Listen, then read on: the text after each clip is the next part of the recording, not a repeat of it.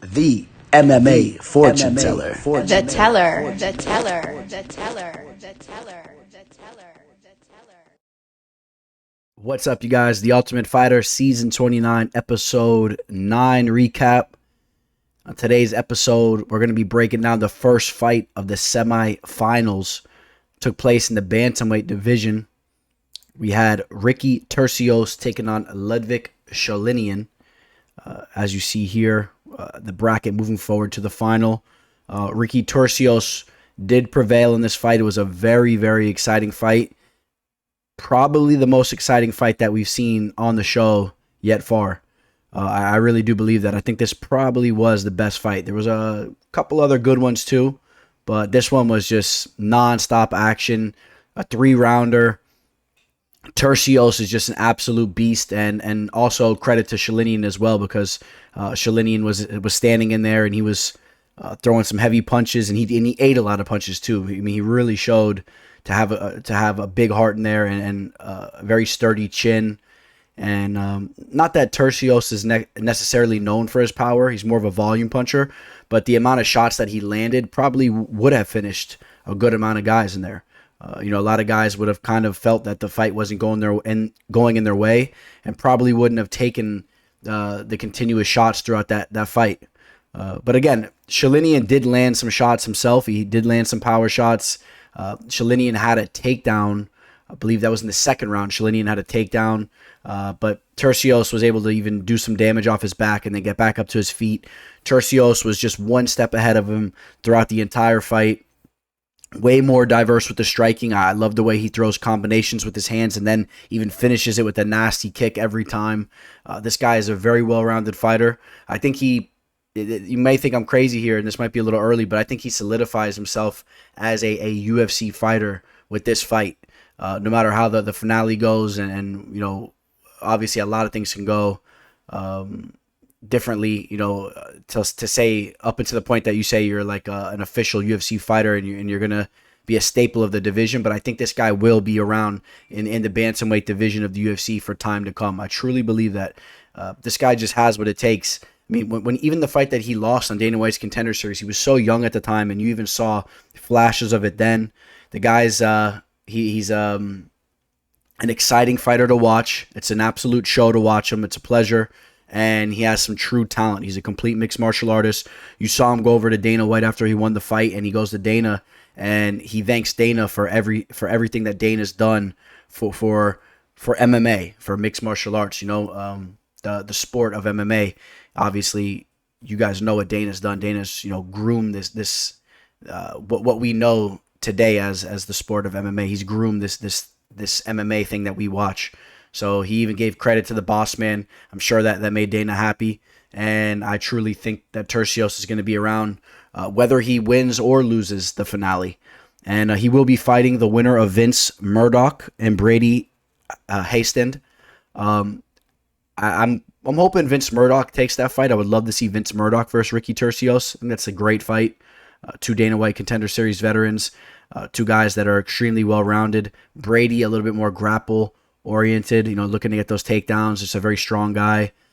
Good jiu-jitsu. Just a really a strong athlete, but not really so polished. Whereas Turcios and Murdoch are very polished. I think that would make it be a very exciting fight. And again, now Ricky Turcios 10-2 as a professional. I mean, these aren't even counting his victories here in the show. So I mean, really, he's 12-2, right? As far as I'm concerned. I mean, these are legit wins. The guys that he's beating on the show are better fighters than probably a lot of these other guys that he's taken out here. So why not give him credit for those fights? I don't understand that part, but maybe they'll add those down the line. He was actually supposed to fight Adrian Yanez. Good thing that fight was canceled before he went on the show, because Adrian Yanez is putting it together. I will be throwing up some clips of the interview that I had with him a while back. Of course, Yanez had a big victory this past weekend, but not to stray off the point of this episode. Turcios is a solid fighter. I'm very excited to see if he could win win the show in this division. 28 years old, still has a lot of time to hang around in the sport. At least 4 to 6 years left of solid abilities for Ricky Turcios to showcase his skills to us. And I'll be tuning in every time he's fighting.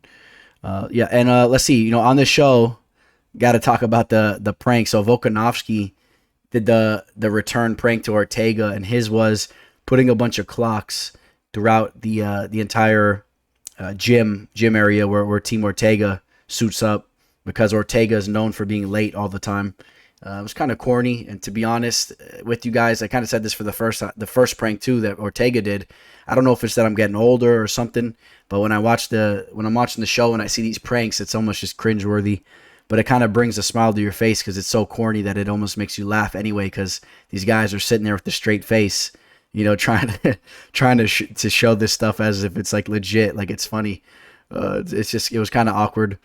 And you had Dustin Lampros writing on this thing over here where it says Ortega time. He said, better late than ever. He had to be corrected and put the N in front of the E. He thought the saying was better late than ever.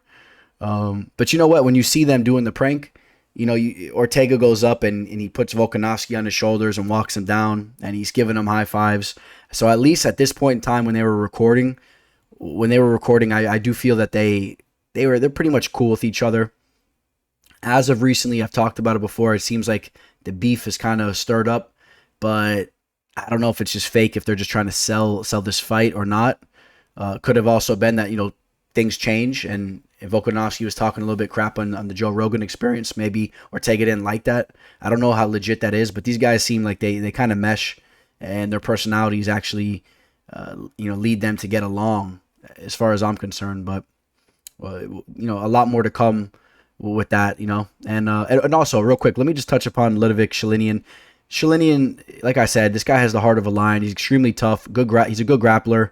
Needs to work on his striking, but he does have some power in the hands. He's a solid dude, and I think that he will have a fight on the Ultimate Fighter finale. I could see him getting a good fight there. And, I think there'll be more to come from Sholinian. So, and next week's episode, we're going to be going over to the middleweight division, where we got Andre Petroski taking on Bryan Battle. I think this is an awesome fight here. You guys know I'm definitely rooting for... actually, I shouldn't say definitely. I kind of like both these guys. I do take that back. I was going to say, I'm rooting for my boy Bryan Battle. I've been rooting for this guy throughout the show, but, to be quite honest with you, I'm really dying to see Andre Petroski versus Tresean Gore.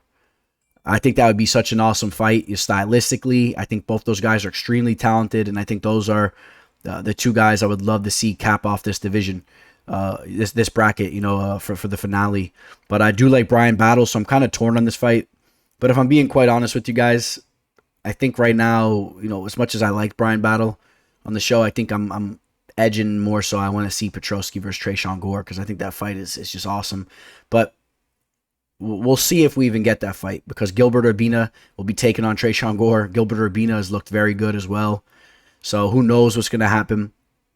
But again, Andre Petroski, 5-1 as a professional. You can make it 6-1 after his first win. His one loss was against Aaron Jeffrey. So if you guys aren't familiar with Aaron Jeffrey, this guy is a stud. This guy has fought on Dana White's Contender Series. He's actually putting in work right now. I just saw it. He's been putting in a lot of work. Oh, it's Sean Strickland and them boys, I think. Yeah, putting in work over there in where is that, in Vegas?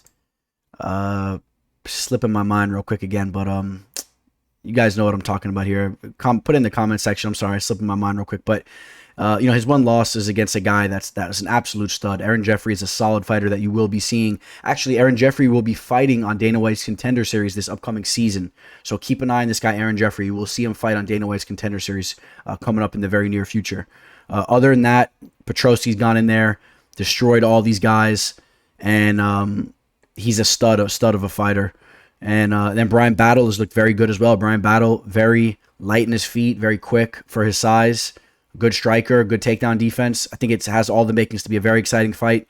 I'm edging Petroski. I think he's just a little bit more of a beast with the wrestling. But if Bryan Battle can stuff the takedown, I don't see any reason why Battle can't take this fight in the feet. I like his striking. I like the kicks. It should be a good fight. And, this is we're almost to the end of the show here. We're creeping up on the end of the show. You're looking at these teams here, or Team Ortega and Team Volkanovski, and you only got what? I mean, you got Brady Hastan, Ricky Turcios, and Bryan Battle and Urbina. You got these guys holding on right now. And then as far as Team Ortega goes, you got Andre Petroski, Vincent Murdoch, and you got Petroski, Trayshawn Gore, and Murdoch. So you got those three guys there. And unless I'm missing something there, no, yeah. So we got a lot of exciting fights coming up. It's gonna close off this, finish up the show in an awesome way. I think some awesome matchups.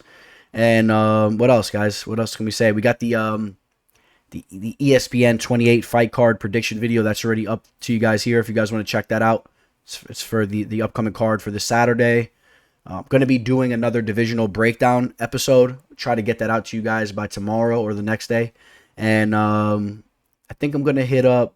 I might go to the women's side of things. Might do the women's bantamweight division. I've been a little bit intrigued with Miesha Tate's return, and I kind of want to go in depth of what's going on with that division. We got a big fight coming up between Juliana Pena and the champion Amanda Nunes, and I think that might be the route that I'm doing. Unless any of you guys want to change my mind right now, throw it in the comment section. If I see an overwhelming amount of people saying a certain different division, I'll do that for you guys. But if you guys are cool with the women's bantamweight division, I think I'll jump into that, change things up. All right, guys, hit that like button for me, please. Hit that like button. Subscribe if you haven't already. Catch me on all my social media, Instagram, Twitter. It's all below. And MMA Fortune Teller _ Instagram, the MMA Teller Twitter. You can always shoot me an email. If any of you guys have any recommendations for the show, feel free to reach out to me, MMAFortuneTeller@gmail.com. And you guys all have an amazing rest of your week.